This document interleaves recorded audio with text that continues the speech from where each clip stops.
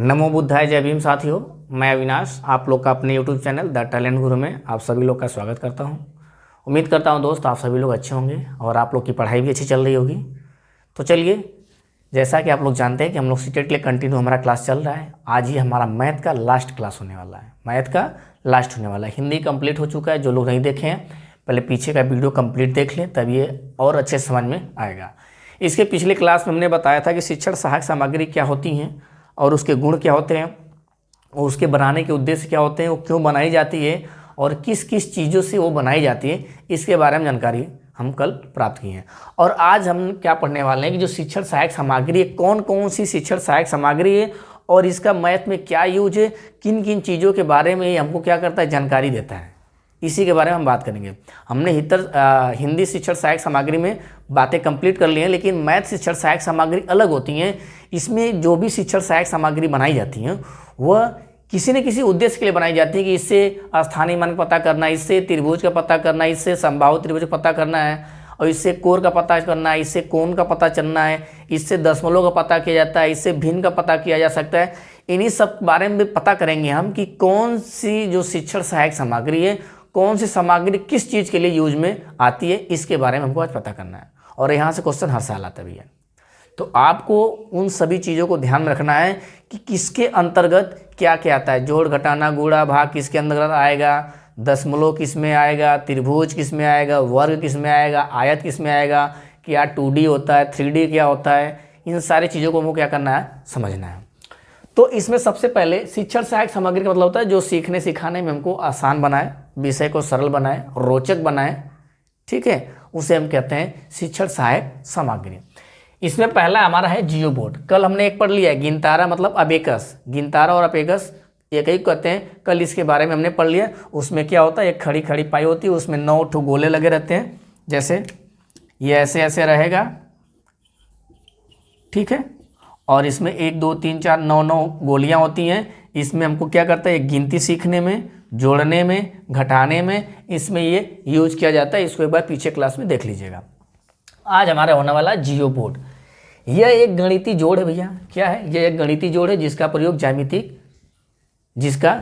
क्या करते हैं, समतल ज्यामिति का प्रयोग करके हम आकृतियों का पता लगाते हैं। यह एक गणितीय जोड़ है जिसका प्रयोग समतल ज्यामितीय आकृतियों की अवधारणाओं को समझते हैं कि समतल ज्यामितीय आकृतियां क्या होती हैं। हाँ, और इसके अंतर्गत क्या आता है, परिधि, क्षेत्रफल और अन्य भुजाओं की विशेषताओं का पता लगाते हैं। इसमें जो है कि परिधि के पता लगाते हैं, क्षेत्रफल का पता लगाते हैं, अन्य भुजाओं के बारे में पता लगाते हैं। अन्य भुजाएं क्या हो सकती हैं, लंब, कर्ण, आधार क्या होते हैं, इसके बारे में पता लगाना। कोना कितना होता है, कोर कितना होता है, इसके बारे में पता लगाना। ये क्या कहलाता है हमारा, इन सब के बारे में पता लगाने के लिए किसका यूज करते हैं हम, जियो बोर्ड का।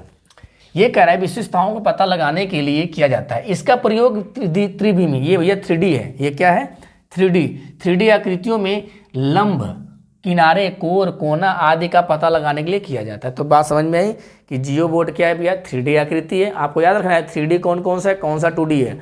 तो ये 3D आकृति है। इसमें क्या क्या, लंब, कर्ण, आधार, परिधि, क्षेत्रफल, भुजा के बारे में, कोण के बारे में, कितने कोने हैं, इन सब के बारे में पता किया जाता है। इसमें क्या किया जाता है भैया कि ऐसे करके छोटे छोटे ये कील गाढ़े होते हैं, कील में ऐसे रस्सी बांधा जाता है। ऐसे रस्सी बांध के त्रिभुज, आयत, चतुर्भुज, ये सारी चीज़ों का निर्माण किया जाता है और उसके बारे में पता किया जाता है कि ये त्रिभुज है, चतुर्भुज, इसमें कोने कितने, इसमें कोर कितने, ये ज्वाइंटर कितना, इसके बारे में पता किया जाता है जियो बोर्ड में। तो सीधी सी बात है, जियो बोर्ड 3D है। जियो बोर्ड में लंब, भुजा, ठीक है, लंब, आधार, भुजा, कर्ण, ये सब चीज़ें, कोना, कोर, परिधि, क्षेत्रफल, मतलब जो त्रिभुज है, चतुर्भुज है, पंचभुज है, इन सब के बारे में, वृत्त है, वृत्त नहीं, चतुर्भुज, त्रिभुज, इन सब के जो बहुभुज वाले जो हैं, समांतर चतुर्भुज, जो भी ये त्रिभुज से रिलेटेड है, जो भुज से रिलेटेड है, उनके बारे में एरिया और परिधि का पता करना, लंब, कर्ण, आधार, ये सब बारे में पता करना किसका काम है, जियो बोर्ड का काम। 10 ग्राम क्या होता है भैया, 10 ग्राम यह एक पहेली वाला खेल है। 10 ग्राम क्या है, एक पहेली वाला खेल है। इसका प्रयोग द्विविमी, जियो बोर्ड का 3D में और 10 ग्राम का 2D में, द्विविमी ज्यामितीय आकृतियों को पहचानने में किया जाता है। और इसकी इसी खासियत होती है भैया, ये 10 ग्राम है ना, 10 ग्राम में एक ग्राफ दिया जाता है, उसमें 5 फिगर होते हैं, ठीक है, उसमें 5 फिगर होते हैं, उसमें 7 फिगर होते हैं, जिसमें 5 त्रिभुज होता है, 5 त्रिभुज होता है और उसमें एक वर्ग होता है, एक चतुर्भुज होता है और इसको क्या करता है, हमको ढूंढना होता है इसमें टोटल 7 में। अब देखिए एक बार पढ़ लीजिए पूरा। ये द्विमीमीय ज्यामिति को पहचानने में किया जाता है। इसकी 7 ज्यामितीय आकृतियों में 5 त्रिभुज। अब यहाँ देख लीजिए 5 त्रिभुज, ये क्या है, 1 2 3 4 5 6 7, 7 आकृति है। 7 में कह रहा है कि 5 त्रिभुज, तो 2 नीचे, एक यहाँ 3, एक ये 4, एक ये 5। आप देख सकते हैं 1 2 3 4 और 5, 5 त्रिभुज होते हैं और एक वर्ग और एक समांतर चतुर्भुज। ये वर्ग हो गया, ये चतुर्भुज हो गया एक, और एक ये समांतर चतुर्भुज हो गया और एक ये वर्ग हो गया। अब इसमें करना क्या होता है, आप ये सोचेंगे, इसमें ये बालक को दिया जाता है ऐसे ही, और बालक क्या करता है कि अपनी कल्पना शक्ति के आधार पे, अपने कल्पना शक्ति का प्रयोग करके सभी 7 टुकड़ों को ज्वाइंट करता है और सभी 7 टुकड़ों को इस तरह से ज्वाइंट करता है कि जिसमें कहीं खाली जगह न हो। क्या कर रहा है, अपनी कल्पना शक्ति का प्रयोग करके सभी 7 टुकड़ों का प्रयोग करते हुए एक ऐसी आकृति बनानी होती है जिसमें कहीं खाली स्थान नहीं बचता चाहिए। तो इसमें बस ये याद रखना है कि ये 10 ग्राम 7 आकृतियों पर आधारित होता है, जिसमें 5 त्रिभुज होता है, एक वर्ग होता है, एक समांतर चतुर्भुज होता है, ये बात याद रखना। और ये 2D होता है। इसमें बालक अपने कल्पना शक्ति के आधार पे उस फिगर को क्या करता है, ज्वाइंट करता है और उसको इस तरह से ज्वाइंट करता है कि उसमें कहीं खाली जगह नहीं बचनी चाहिए। तो ये कह सकते हैं उसकी मानसिक क्षमता को बढ़ाता है। अगला है ग्रिड पेपर। ग्रिड पेपर का यूज क्या होता है भैया, इसका प्रयोग दशमलव संख्याओं के त्रुटि विश्लेषण में किया जाता है। मतलब दशमलव की संख्याओं को समझने के लिए ग्रिड पेपर का यूज किया जाता है। पहले देखते थे आप लोग, जब हम लोग पढ़ते थे उस समय जो मैथ की बुक होती थी, तो मैथ की बुक जैसे कोई कॉपी पे लेते थे हम लोग प्रैक्टिकल वाली, तो उसके पीछे बना होता है ग्रिड पेपर, उसमें छोटे छोटे खाने बने होते हैं लाइन खींच के, उसमें यही दशमलव का वही एक ग्रिड पेपर है जिसको ये बता रहा है। तो इसका प्रयोग दशमलव की संख्याओं को समझने के लिए कि दशमलव में 0 का स्थान कहाँ है, दशमलव के बाएं का जो अंक है उसका क्या महत्व है, दशमलव के दाएं जो अंक है उसका क्या महत्व है, 0 का उसमें क्या महत्व है, अगर दशमलव के पहले 0 आ जाए तो उसका महत्व है कि नहीं, अगर दशमलव के बाद आए तो उसका महत्व है कि नहीं। इन सारी चीज़ों को समझने के लिए क्या किया जाता है, ग्रिड पेपर का यूज किया जाता है। जैसे में हम थोड़ा सा बात कर लेते हैं इसमें दशमलव वाले में। आप देखिए 0 के महत्व को समझने के लिए ही क्या दशमलव का ये ग्रिड पेपर का यूज किया जाता है।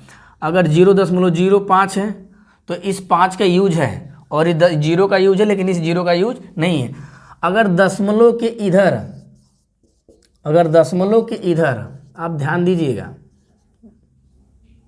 दशमलव यहाँ पहले लगा दे रहे हैं तो ध्यान दीजिए, अगर दशमलव के इधर अगर नंबर के बीच में 0 आ जाए, नंबर के बीच में 0 आ जाए तो इसका महत्व है, नंबर के आगे आए तो इसका महत्व नहीं है, और इसमें इसके बीच में आ जाए तो इसका महत्व है, इधर आ जाए तो इसका महत्व नहीं होता है। तो यही बताता है ग्रिड पेपर कि 0 का महत्व किन किन स्थान पे है, किन किन स्थान पे नहीं है। तो दशमलव के बाद अगर 0 के बाद नंबर है तब तो उसका महत्व है, लेकिन नंबर के बाद 0 तो उसका महत्व नहीं है, और इसमें नंबर के बाद 0 है तो महत्व है, और इसमें नंबर के बाद 0 है तो महत्व नहीं है। इसमें नंबर के पहले 0 है तो महत्व है, इस नंबर के पहले 0 है तो उसका महत्व नहीं है, और इसमें नंबर के पहले 0 है तो उसका महत्व है। इसी बात को समझाने के लिए ग्रिड पेपर का यूज किया जाता है। एक बार और थोड़ा बढ़िया समझ लीजिए, एक छोटा एग्जांपल और ले लेते हैं।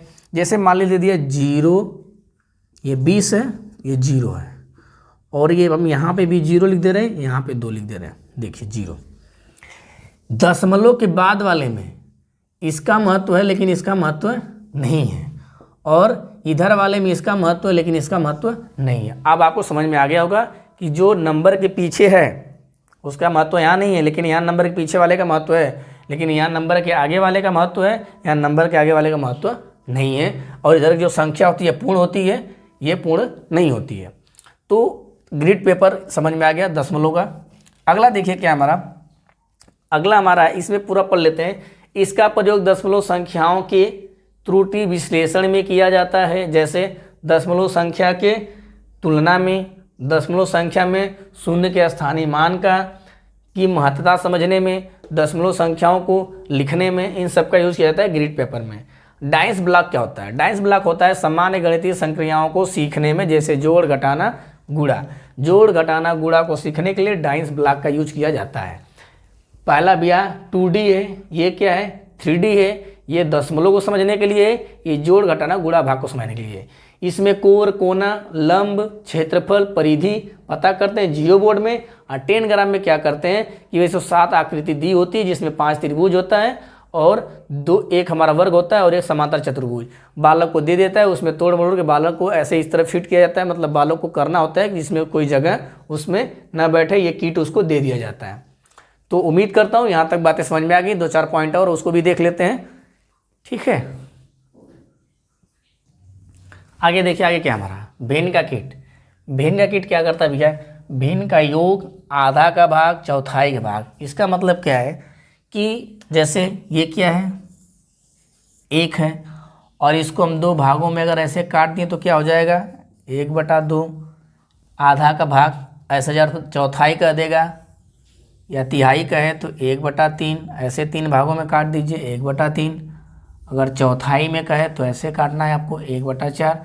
तो इन अवधारणाओं को समझने के लिए क्या कहता है भिन्न का किट।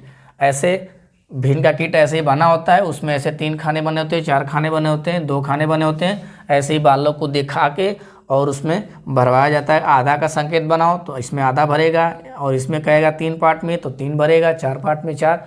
तो बच्चों को समझने के लिए भिन्न का किट का योग किया जाता है। भिन्न का योग समझने में चाहे आधा का भाग, चाहे चौथाई भाग, तिहाई भाग, तो इन चीज़ों को समझने के लिए क्या करते हैं भिन्न किट का यूज करते हैं।